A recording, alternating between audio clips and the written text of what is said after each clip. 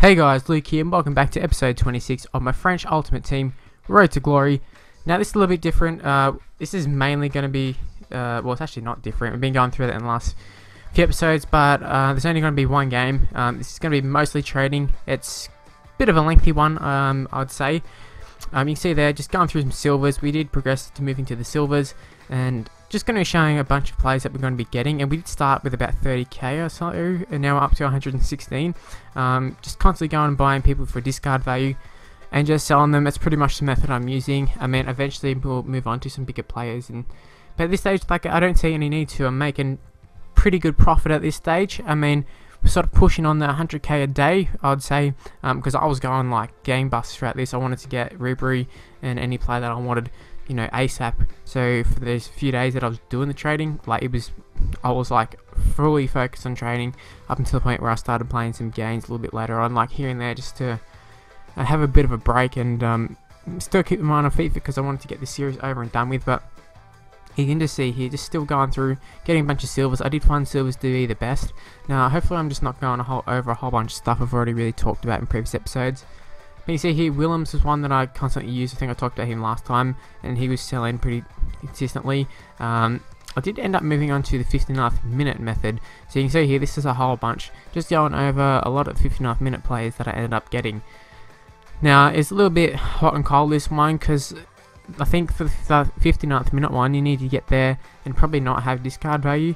You need to sort of have a little bit different. But at the same time, I didn't know the market well enough to be able to go in there and be like, oh, I see, like, for example, you're like, oh, I see David Silva there for 3,000 coins. And you're like, oh, that's got to be cheap. And then you buy him, and then he goes for like 2,500 or something.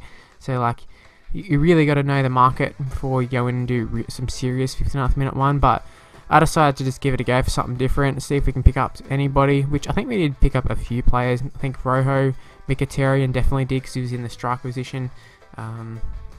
Skirtle, I think, went for something like, I mean, a lot of them I could make profits for them, just discarding them, because I was getting some of them for like 200 coins, 300 coins. Hendanovic was a good one. I think Barzagli went for a little bit. The rest are just discarded. Howard's another one. Toddy, like, a few of them would sell. I mean, it's probably no different to any of the methods that I was doing at the start, where I was just getting any discard value sort of gold.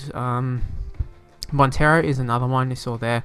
He's another one who I was buying pretty consistently because he was just selling, and I was able to get him for fairly cheap.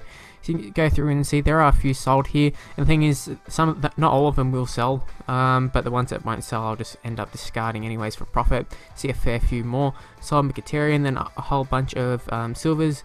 The goalkeeper, the Inter goalkeeper, the Argentinian one, he was a good one to sell. Although at the same time, they're not always up. It varies from time to time when they're up. Looking at these bunch, Tony is a good one that I've sold. After the success of the Mkhitaryan ones, I was full like in the mood of like, oh, the Mkhitaryan ones, they'll sell for 6,000 every time, and boy was I wrong. Same time, like, we still can make a profit on them, just how much we're not really sure. But you see, we've made a fair bit of profit in this one so far, like halfway through the episode, and this is where we start going a little bit crazy with the trading. Start getting more Tonys in. The Jerome's not that great, but Balassi is starting to move on to some of the bigger players, and I'm finding Balassi, well, I found Balassi, because I'm not sure what it's like right now. I haven't done any trading, but I found Balassi to be one of the better ones to trade with, because there was just a constant supply of him.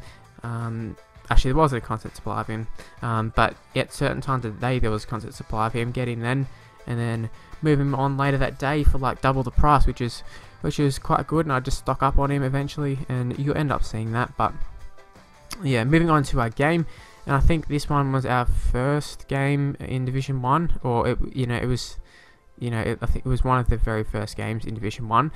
Gameplay wise, it's a little bit weird because I hadn't, like, it's not like I had any form going into this or anything, because I did make it in Division 2 just, made it into Division 1 just, but at the same time, like, I had a bit of a break, so it could be good, could be bad. I could nice and rejuvenated, but at the same time, I could turn up playing shit. This dude was actually a pretty solid player.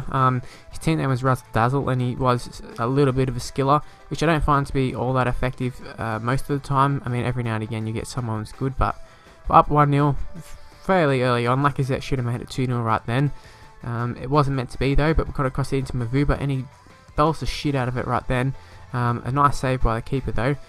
In the end, the dude was still in it, and we really had to watch out for ourselves. Lloris making a nice little save there, because like we were a real possibility of losing this one. The dude, although he might not have been the best skiller, all it takes is like one little slip up, like me giving away a penalty or something like that, which had the tendency to do. But Griezmann's going to come through. He's going to head, cross it into Lacazette, I think it was, or Remy, and headed it wide. A little bit disappointing, but probably a little bit too much for me to ask to head it in from there. He's going to go through. He's going to end up scoring, which I was like, oh my god, I was in so much rage there, and I was just thinking, holy shit, what is happening here? Moving on to the 72nd minute here, and he's going to go through with Hulk, just do a little McGeady spin, and it's going to put it wide, which is lucky for us, because that was some really good play from him. Although at the same time, I would have felt pretty hard done by had that gone in. He's going to go through with Hulk again. He's going to take another shot, and that one looked like it was just wide. At the same time, I think that was a fairly even game, 1-1, probably a fair result. Although I would have liked to had got the win. It actually wasn't our first game. How embarrassing. I'm just going to keep it going there, because it's not a big deal. It looked like it was our third game. But in the end, Division 1, we're going okay. The final thing in this episode is going through some of the sales, Balassi and sold and all that sort of stuff. But for the most part, we're going pretty good with the trading. Should be up to Ribery in the next few episodes. And that'll be the end of the episode for this episode.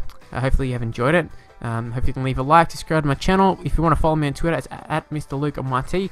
And check out my Facebook page in the description below. And once again, subscribe. Bye guys.